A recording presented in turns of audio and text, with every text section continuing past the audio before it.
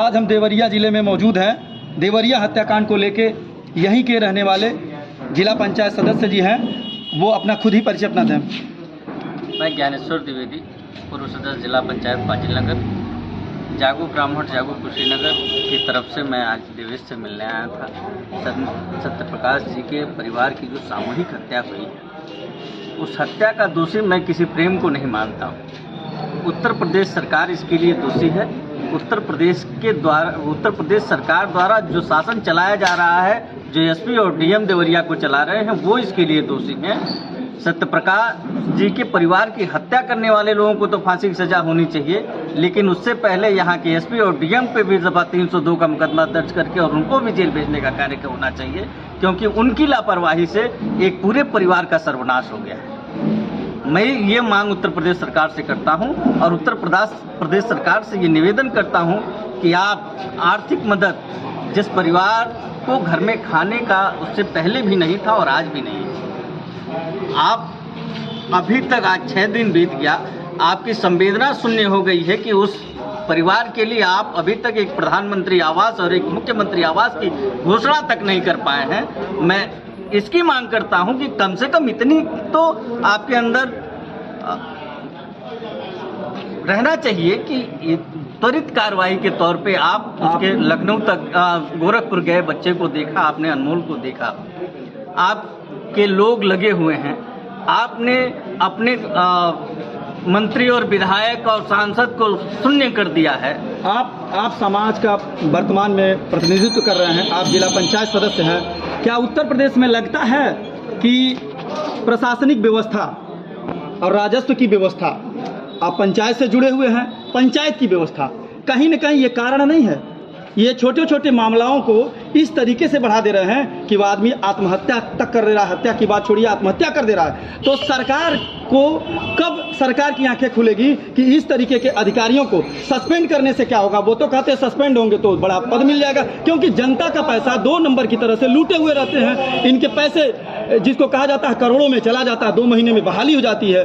अगर कोई भी अधिकारी इस तरीके का होता है तो उसे सस्पेंड करने की क्या बात है, बर्खास्त कर दिया जाए। आप जाते होंगे किसी की समस्या को लेके, लगता नहीं है कि सुनवाई होती होगी। इससे पूरा प्रदेश ग्रसित है, भले मुख्यमंत्री जी को दिख रहा हो या न दिख रहा हो। सबसे बड़ी समस्या यह है कि जब भी अधिकारी उत्तर प्रदेश को चलाएगा तो केवल अपने हित की बात करेगा।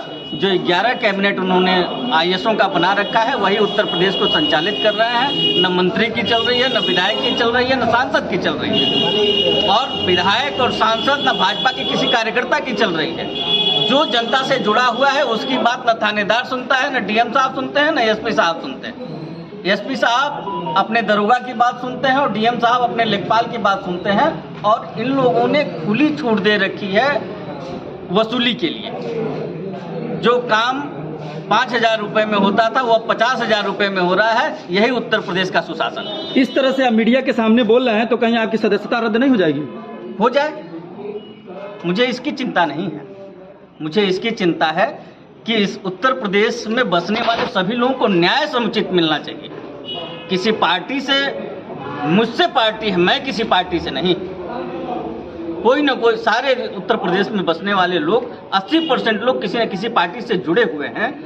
तो उन लोगों के जुड़ने से पार्टियां हैं, न कि पार्टियों से वो लोग हैं। जैसे ये हत्या हुई है 2 परिवार, जैसे एक तरफ से यादव परिवार से प्रेम यादव की हत्या हुई, और छठा रोज है आज प्रेम यादव के हत्यारों का अभी तक नहीं पता लगाया गया, लेकिन सत्यप्रकाश दुबे को उनके परिवार का नरसंहार कर दिया जाता है।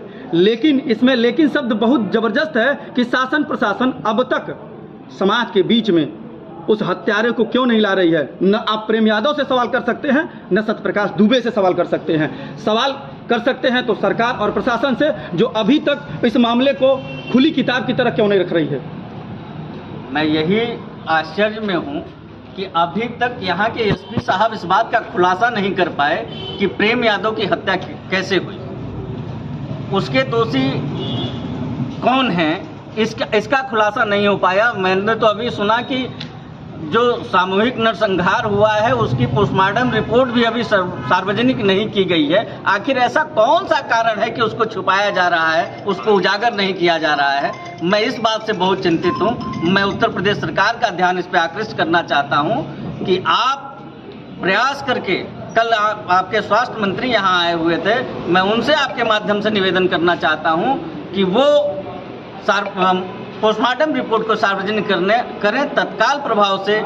वो आपके सोशल मीडिया पे आना चाहिए, पीड़ित परिवार को प्राप्त होना चाहिए, चाहे पीड़ित परिवार प्रेम का हो या सत्यप्रकाश जी का हो, लेकिन उनके बच्चों को पोस्टमार्टम रिपोर्ट तो अभी तक मिल जानी चाहिए। जिस पोस्टमार्टम हुए आज 6 दिन हो गए, अभी तक ना सोशल मीडिया पे है, ना प्रिंट मीडिया पे है, और ना जो सोशल मीडिया पे दो समूहों की लड़ाई चल रही है, यादव बनाम ब्राह्मण। अगर आज हम न्यूज़ कवर करने आए हैं तो ब्राह्मण के घर आ गए हैं, तो यादव की तरफ से गाली सुन रहे हैं पत्रकार, जितने भी पत्रकार हैं। इस पे सरकार को एक्शन न लेके एक प्रचार समूह बना दिया गया है पत्रकारों को, और ये दो समूहों की लड़ाई घोषित कर दिया गया है। ये जिन लोगों का ये काम है उस पर सरकार को कार्रवाई करनी चाहिए। ये कार्रवाई न होके एक भेड़ चाल की तरह सारे काम को छठवां रोज हो गया, अभी तक खुलासा नहीं किया गया। देखिए, ये तो राजनीतिक लोगों का एक प्रोपोगंडा है, जिससे ये 2 समाज, 4 समाज, 5 समाज आपस में लड़े और उसका फायदा और नुकसान लोगों को प्राप्त। बहुत बहुत धन्यवाद आपका।